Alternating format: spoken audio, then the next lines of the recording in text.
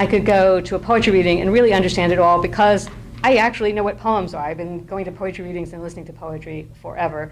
And especially the young poets there, they're writing pretty much what my MFA students are writing here in Spanish. And so I had that. But it is true that I will wander somewhat erratically through the subjunctive when having a conversation. So I would not hold myself up as someone who's completely learned, but I did. And the great thing, Uruguay seemed to be kind of random. I think it was, I credit Zena for recommending that for me, because I was thinking about Argentina, and she said, oh, well, Max, my son, who was 12 at the time, could just go to school in Montevideo. But in some way, it was a crazy choice, because I got off the plane, and I thought it was Polish. You know, it's the zha, zha, zha, zha stuff. It sounds so strange to me then. Now it sounds normal to me, so that when Marcelo doesn't say calle, it sounds weird to me. But it was an odd choice because it meant I learned an odd kind of Spanish, but Uruguayans, they just say, like, why are you here? Like, why Uruguay? They have no defensiveness about it. No one said to me in my grand project to get all possible Uruguayan literature, poetry translated into English, in which I'm making great strides. They don't say that I'm colonially exploiting them. They sort of feel like they're a little glass box, and they would like to get out. And so it turned out in that way to be a good place to go. But anyway, I just wackily plunged myself into it. I recommend it as a midlife crisis. But I really, for example, would be hard. I mean, I couldn't write an academic paper in Spanish without someone going over it for me, and that's a level beyond which I can really function. I have a question about the choices that you make as a translator, and oftentimes there are various things that one has to weigh simultaneously. Mm-hmm. How the word sounds, what it means, the rhythm, and in particular I'm interested in this tension between domestication of a text and then the foreignness of it too. Mm-hmm. Like, to what degree do we leave something that sounds foreign to us because it reveals a different modality of thought versus if we domesticate it, then it sounds natural, it sounds like the poet is speaking in English. And I don't know, it's oftentimes difficult to decide because you want it to sound natural, you don't want it to sound awkward. I think it's a constant question, and I think I tend to make it for a poet. So with Circe, the things I look back there and I would question myself sometimes you keep the grammatical structure of the Spanish and you don't change it into English. Her poetry seems to me to need to slow down, so I don't use a lot of contractions, even though that's more formal in English. But there are other poets that it's a harder decision, so you have to sort of pick each one. Like, there are even just literal choices, like one of the young poets that I was translating for the Emerging Poetry Anthology writes all these poems about truco, which is this Uruguayan card game. And so it's like a giant metaphor in Uruguay for everything. And yet it is so complicated, and the rules are so complicated, you actually literally sit there and say, for the kind of anthology this is, which is an anthology of 23 young poets, I think I'd be better to use poker than have a footnote that's this long explaining what singing the flowers means when you play a hand in truco, which is also a metaphor for dying. So, it's like that is a choice. In English, you always have the choice about whether to go with the Latinate word, which seems more formal, or to go all, Anglo-Saxon and get gritty. And sometimes one poet seems more one way. Again, Augustine Lucas, who is, again, the young poet with the two things that Uruguay produces in superabundance are world-class football players, and yay, Celeste, and poets. And Augustine Lucas might be the only one who's both. He's a professional football player and a published poet. And his stuff really craves Anglo-Saxon words because he just really writes about drugs and the street. And other people, it doesn't really seem to treat that way. So I try to get a voice, but I do think you're always making these tentative choices that really 10 years from now you look back and you'll say, yeah, I don't know. I think part of what you're saying too is that sort of each poet that you translate, you need a different poetics of translation. Right. Because if you came to translation and you had your theory already and you said, okay, I'm going to, make this text sound strange to an English reader so they know it's a translation. It doesn't work with, for example, Circe Maia's poems because they're conversational. she has sort of an intimate voice. It wouldn't match with her poetic style. Right, and there are people who are much more radical translators. I was just at the American Translators Association. I did a panel on Uruguayan and Argentinian women poets, and one of the translators there, Jen Hoffer, is much more experimental translator than I am. Amazing translator. She does one of my young Uruguayan poets I adore, Virginia Lucas, and Virginia is pretty experimental. And the way that Jen deals with it is that she puts long translator riffs inside the poems that make it into a double poem, really, to me. It's not really, and Virginia loves that project, so it's more of a collaboration, but that is beyond a footnote. I mean, I think probably half of the words on the page are Jen's and not Virginia's. That would be something that honestly wouldn't have occurred to me. And like, well, you were looking at some of the translations for the Idea Villariño that I'm doing, and she has this complicated theory about stresses that I'm not sure work in English. So I'm, busy poring over those. None of these poets use rhyme. One of the poets that's in my anthology of emerging poets, I had someone else translate, does sonnets, and I said, well, you have to try these for me, or I don't know if I'm going to use them. And he managed to translate them into good sonnets in English, but that's a constant problem with Spanish-English translation, whether to stay with rhyme. Yeah. I have a question for you, Cecilia, and I was thinking about where to place Circe Maia within a larger Latin American poetic tradition or within Uruguayan tradition. I was noting several things that I noticed, I guess, about her writing. I was thinking there's that, you said the clarity of language, it seems like relatively simple description, relatively restrained emotionally, but there's like that preference for human warmth and the kind of embodied experience. There was a slight aversion to adjectives, it felt like. Yes, she doesn't like to use adjectives. Yeah. And there was really no surrealism. No, there's a strong strain. There is surrealism in Uruguay. I mean, they like to claim Isidore Ducasse, the Comte de l'Autremont, because he really lived all of his life in Uruguay before he went back to France, published his book, and died. And there are surrealist poets in Uruguay. Marose de Giorgio is one that's gotten translated a lot recently. He's wonderful. But there is, both in prose, in someone like Onetti, and in someone like, and a lot of the poets, almost a deliberate flatness in Uruguayan poetry. They are sort of the anti-affect? Anti-affect. The people in Brazil wear bright colors. The people in Uruguay wear dark. They're kind of melancholy, and they don't use a lot of adjectives. I mean, that's a real exaggeration, but that's a real strong trend. And so this other poet that I'm doing, Idea Villariño, is completely the opposite. I'm translating this book, Poems d'Amore, which is her big famous poems of obsessional love poems for Juan Carlos Onetti, which are basically not love poems. They're like, you bastard, you're not in my bed, where are you poems? But also very flat language, not a lot of metaphor, nothing as crazy as, for example, she's writing about the same time as Sylvia Plath or Anne Sexton, much flatter. So it's kind of an Uruguayan thing. So, and I was also noting there's a frequent use of these rhetorical questions. Right. I don't know, are these characteristics, it's somehow unique to Maia's style? I think they're unique to Part of Maia's style. influence, I would or- say Maia wouldn't list very many Uruguayan poets as her inspiration. I think she reads she reads both ancient and modern Greek, she reads Latin, she reads the classics, and having been apart from the poetry scene, it's not that people don't know who she is and she doesn't know them. Another very famous elderly living Uruguayan poet, Washington Benavides, is from Tacuarembó, although he lives in Montevideo. Mario Benedetti is from Paso de los Toros, which is just about half an hour away. So she knows that, but I don't think she would say her influences are that. I think she has sat by herself all those years in Tacuarembó and come up with her own poetics. So I would say she stands apart. And right now in Uruguayan poetry, people love, the young poets, they love Circe. They go to see Circe, and they all hate Mario Benedetti. It's because he's the popular poet, he's the grandfather, he's the one who's held up to them as the the left-wing thing they should be writing. And I have one of the poems in this anthology of emerging poets is called Benedetti is a Bad Grandpa, and that's pretty much their attitude towards it. But that's this moment of killing the father, literally speaking. Yeah. But and Mario Benedetti's even flatter, even prosier. I mean, I think his stuff isn't very tight at all. So that would be a kind of, maybe you could say, make a good case for it being a weakness in Uruguayan poetry, but it's certainly a thing.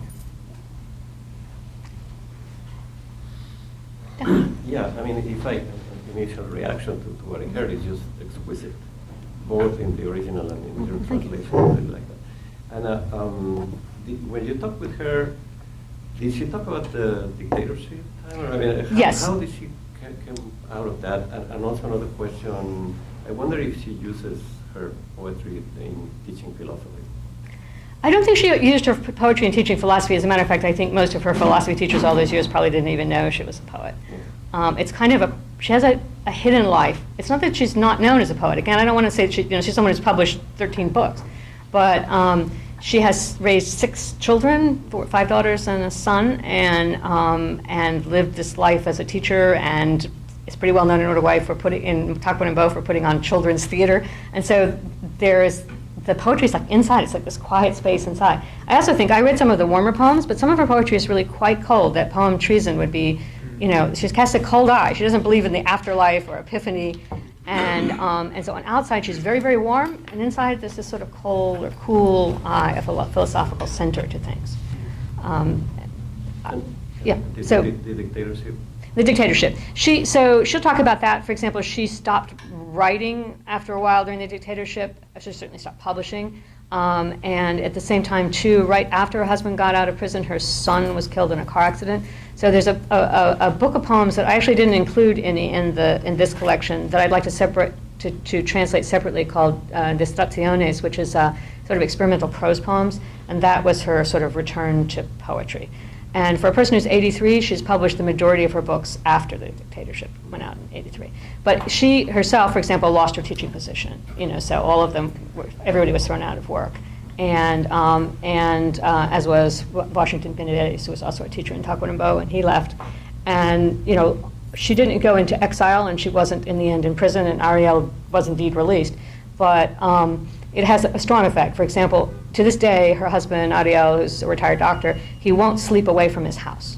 So they have this lovely cottage that's about, I don't know, not even a mile out of town on this lake, and she goes out, and Circe loves to swim, she goes out and swims laps. And they'll go out and have, the 2 big things on the weekend for Uruguayan families are asado on Saturdays or raviolis on Sundays. So they'll go out and eat at the cottage for a meal, but Ariel won't spend the night. And I think that's from being in prison. So it has a constant effect.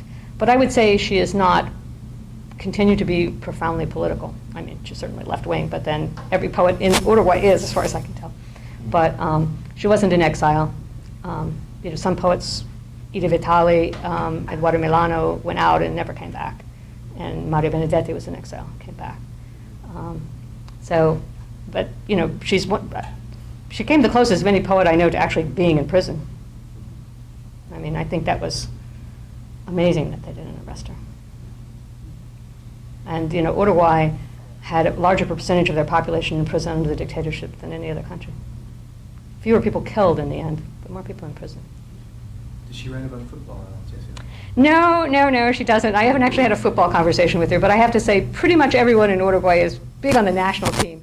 But the big division in Uruguay, even someplace like Tacuarembó, which has its own, I don't think it's first division now, team, is there are 2 big teams, Peñarol and Nacional, and there are 3 political parties now. There's Frente Amplio, which is the broad left-wing coalition, and the 2 traditional parties, the Nacional, the Blancos, the Colorados. So it used to be you say that everyone was born, Blanco or Colorado, but it's true that everyone's born Peñarol or Nacional. So I haven't asked her that. That may be a tough question. You can always talk football. Football and politics with any Uruguayan, forever.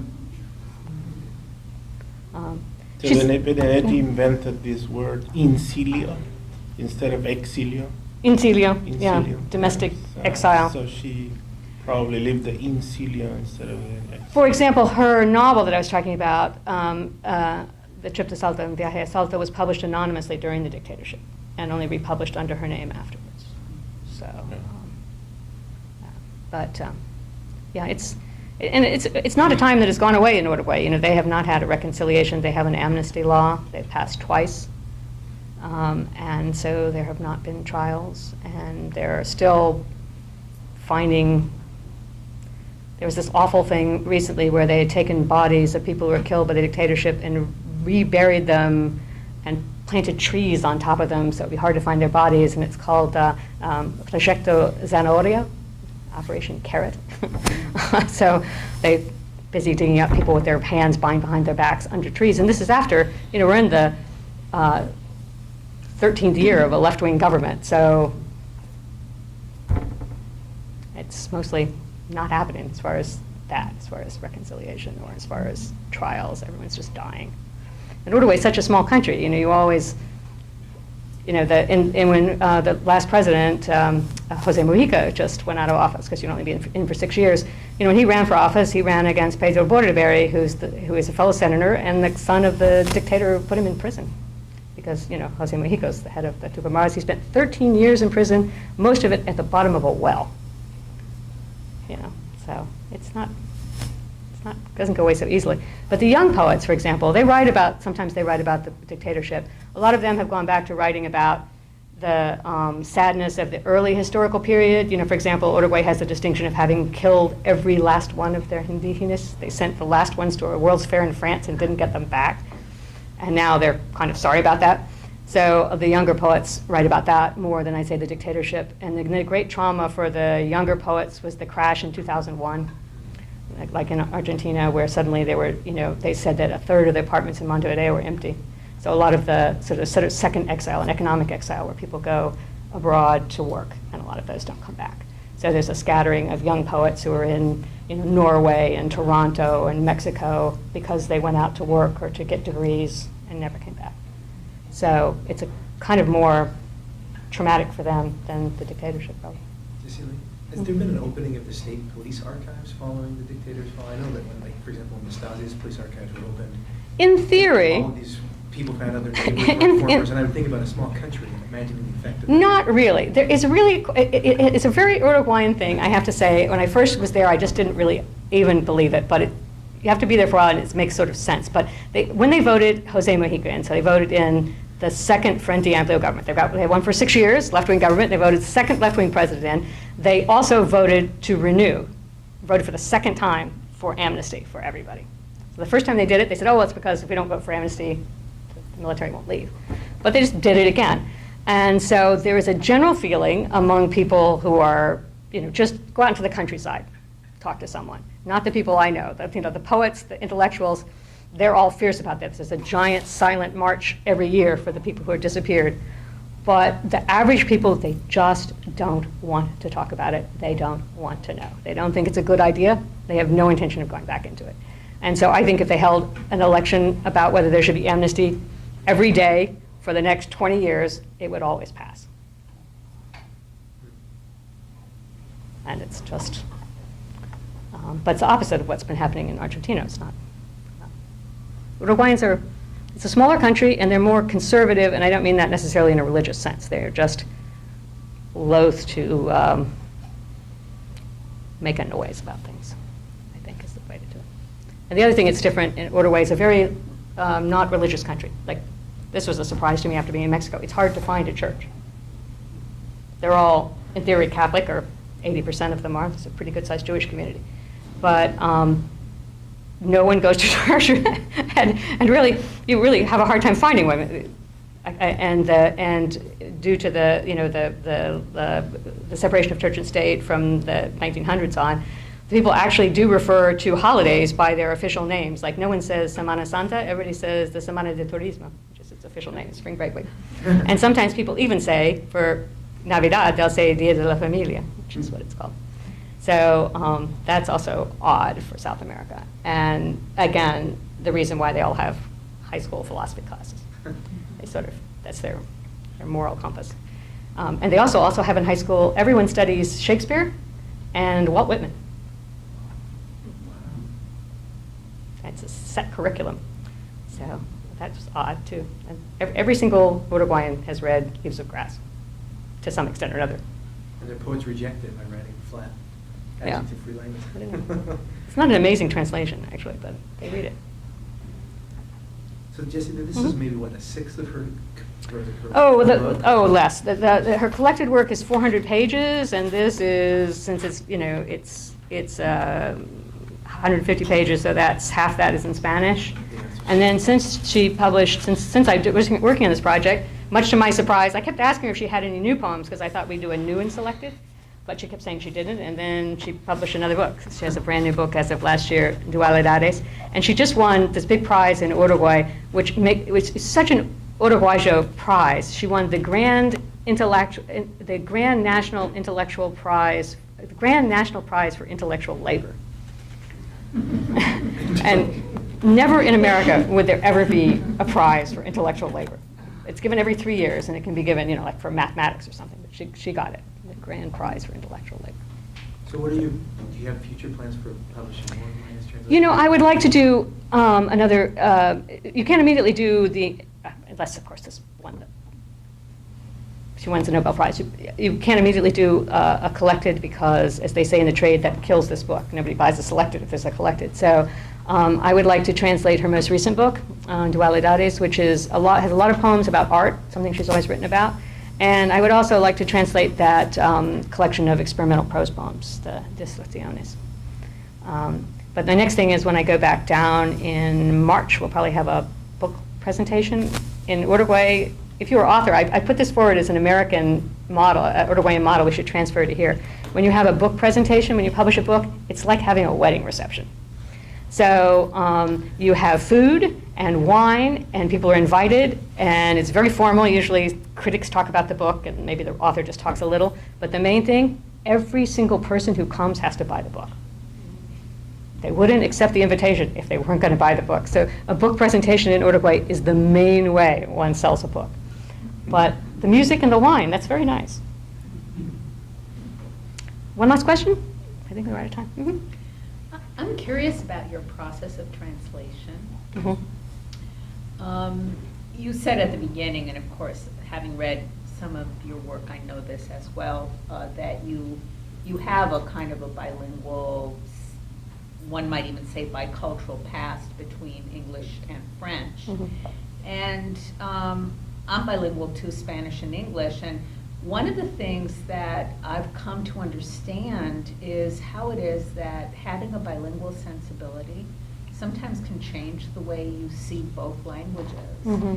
And so I'm wondering, since obviously Spanish isn't your second language, but here you are, and you are translating from Spanish into English, do you think that your bilingualism in any way had an effect on your process of translation?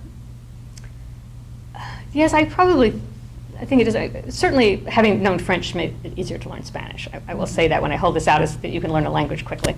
But the first thing I didn't mention when I was saying that probably the craziest thing I did beyond translating is I actually have a book of poems I wrote in Spanish that was published in Uruguay. When I was down there, what I do is I write all the time, and I was trying to think all the time in Spanish, so I started writing poems in Spanish. And eventually, when you go to these readings, usually reading in Uruguay is 5 people in a bar, so it's everybody gets up and reads a little, and I would read the poems, and eventually one of the editors there asked me to publish the book, and I actually did it bilingually. I translated my Spanish poems into English, and that was hard. I actually found translating my own poems harder than translating Circe Maia's.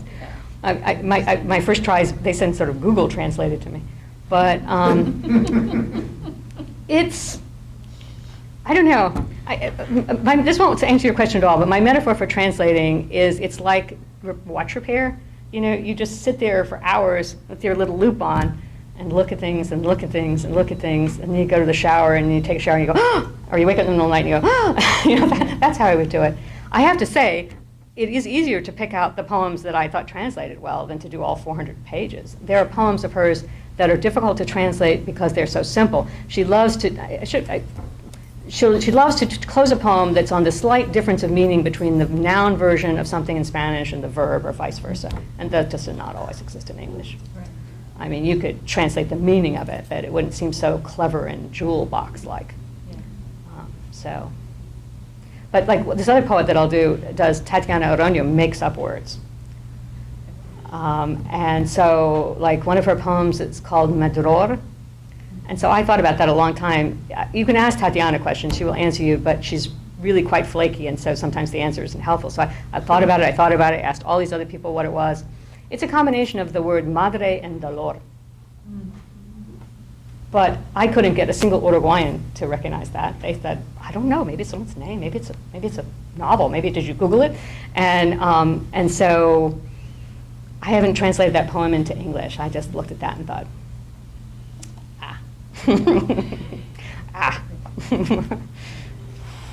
mother pain. I don't know. Thank you. All right.